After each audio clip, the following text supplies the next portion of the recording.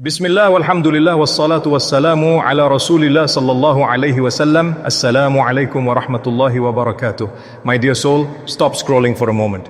Take a breath, because this reminder is not random. What if I told you that there is a Quranic dua I personally recite every single day after Fajr, and wallahi, I have seen amazing results in my life. Not once, not twice, but consistently. Protection where I least expected it. Openings where doors were completely shut. A calm in my heart, even when circumstances didn't change. And today, I want to share this dua with you, not as theory, not as hearsay, but from lived experience. A dua so powerful that Allah subhanahu wa ta'ala himself commands us to say it. Yes, Allah says, Kul, say. And when Allah tells you to say something, it is never ordinary. Yet sadly, many Muslims recite it without realizing its depth, without tasting its power, without understanding who they are calling upon. Today, that changes. Because this is not lip service, this is heart service. This dua is found in Surah Āl Imrān, chapter 3 of the Noble Qur'an, ayah 26. But before we even recite it, let me ask you something.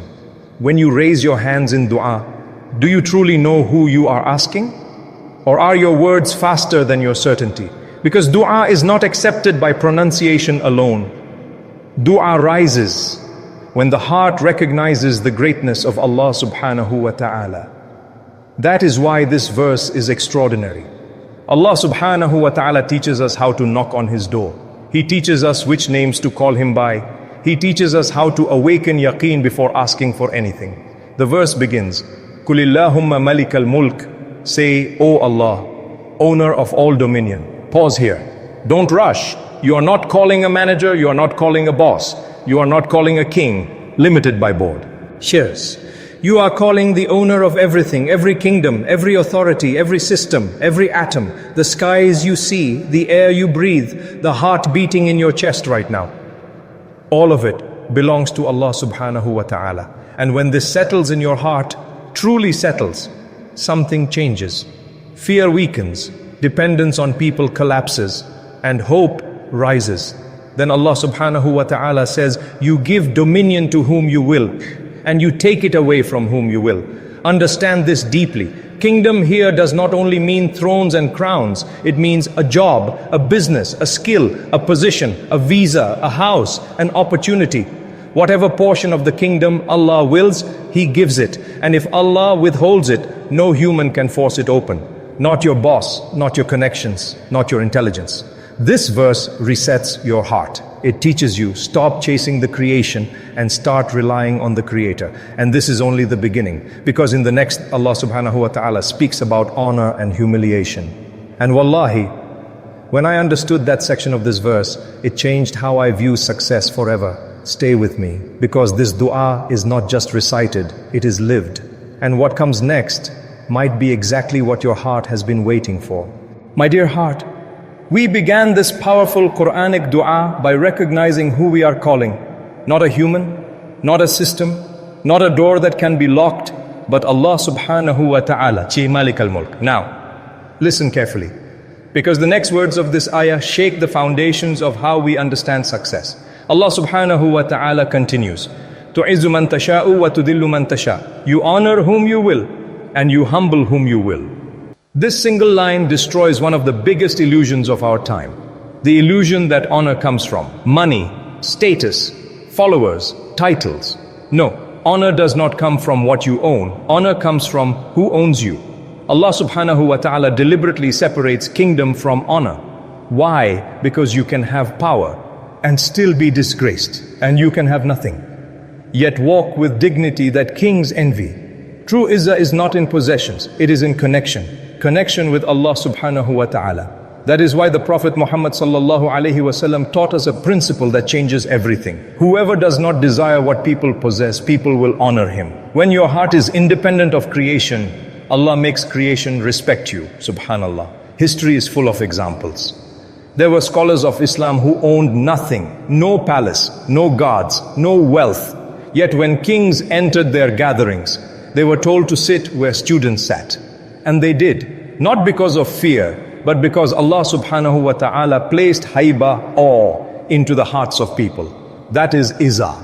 And Allah says clearly, to izzu man tasha, only whom you will, not whom society chooses, not whom trends elevate, not whom algorithms promote, Allah alone. Then comes the warning, wa tudillu man tasha, you humble whom you will. This is frightening, because it means a person can have money yet no peace, status, waz, yet no respect, a platform yet no barakah.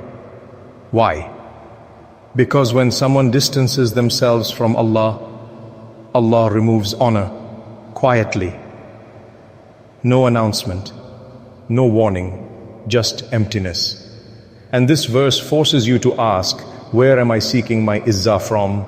From my job, from my image, from people's approval, or from Allah subhanahu wa ta'ala? The ayah continues, biyadikal khair. In your hand is all goodness, not some goodness, not limited goodness, all of it. Goodness of wealth, goodness of health, goodness of children, goodness of marriage, goodness of iman, goodness of peace. Every form of khair is in the hands of Allah subhanahu wa ta'ala, not in the hands of your boss, not in the hands of your parents, not in the hands of governments. When this certainty enters your heart, anxiety begins to dissolve. Then Allah subhanahu wa ta'ala seals this section with, Innaka ala kulli shay'in qadir. Indeed, you are capable of all things. There is no ceiling, no limitation, no impossible in Allah's dictionary. What you call impossible, Allah calls easy. And when you recite this after Fajr, at the very beginning of your day, you are declaring spiritual independence from the world. You are saying, Ya Rab, I rely on you before relying on anything else.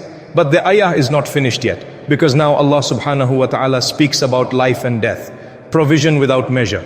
And this is where my personal experience truly begins.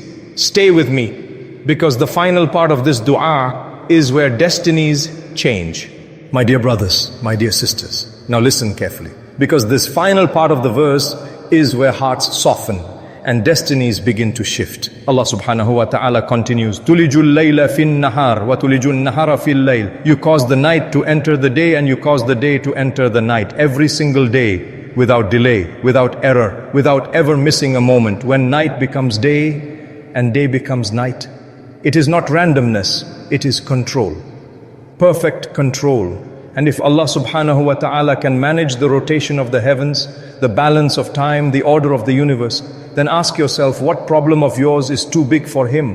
What worry keeps you awake at night? What fear sits quietly in your chest? This verse reminds you, just like night turns into day, your difficulty can turn into ease. Then Allah subhanahu wa ta'ala says, وَتُخْرِجُ الْحَيَّ مِنَ الْمَيِّتِ وَتُخْرِجُ الْمَيِّتَ مِنَ الْحَيِّ. You bring the living from the dead and you bring the dead from the living. Hope from hopelessness, life from despair. Allah subhanahu wa ta'ala can bring growth from what looks finished, a child from what seemed impossible, a solution from a closed door, a way out from complete darkness. And then comes the line, that changed my mornings. وَتَرْزُقُ مَنْ تَشَوْ بِغَيْرِ حِسَابٍ. And you provide for whom you will, without measure, without counting, without limits, without calculation. Not salary-based, not logic-based. Allah's rizq does not follow spreadsheets. And this is where I want to speak to you personally. I made it a habit every single morning after Fajr, before the world wakes up. I recite this ayah slowly, with presence, not rushing, not distracted. I recite it 3 times. Why 3? Because if my heart was absent the first time, it wakes up the second time, and by the third too. It surrenders. And then I raise my hands and I ask Allah subhanahu wa ta'ala in my own language for protection, for rizq, for clarity for my family. And wallahi, I have seen wonders. Not always in what I received, but in what Allah protected me from. Days feel lighter, decisions feel guided, problems feel smaller, even when they remain. And on the rare morning when I forget to recite it, something feels missing, as if my day started without its shield. So I stop, I recite it, and subhanallah, things settle again. This is not magic, this is tawakkul. You are declaring at the start of your day, Ya Allah, before I step into the world, I place my life in your hands. Memorize this ayah. Surah Āl Imrān, ayah 26. One verse, one habit, one powerful beginning. And after reciting it, ask Allah, ask for a job, ask for a child, ask for healing, ask for peace, ask in any language. Because now you are asking Malik al-Mulk. Before I end, let us make dua together. Ya Rabb, باسمك ملك الملك لا تخذلنا عند دعائنا لا تحرمنا من فضلك لا تفتنا بالدنيا يا رب ارزقنا رزقا وسيعا بلا حساب واشرح صدورنا واجعل هذه الآية نورا في صبوحنا يا Allah, fulfill the needs of every heart listening, heal the sick, provide for the worried, grant righteous spouses and children. Amin ya Rabb al-Alamin. If this reminder touched your heart, if even one word made you pause, then this message was meant for you. Before you leave, do one small thing. Like this video, not for us, but so this reminder reaches another heart that needs Allah today. And subscribe to Ayah Pulse, a place where we remind each other of Allah, where hearts return and Iman is revived. Now I want to ask you something, sincerely. What are you struggling with right now? Is it rizq, loneliness, anxiety? A silent dua you've been making for years? Write it in the comments and tell us, where are you watching from? Your country. Because when believers gather and make dua for one another, Allah subhanahu wa ta'ala listens. We will read your comments. We will make dua for you. And perhaps someone you've never met in another part of the world will raise their hands for you tonight. This is Ayah Pulse, not just a channel, a family. Let us remember Allah together and let us pray for one another.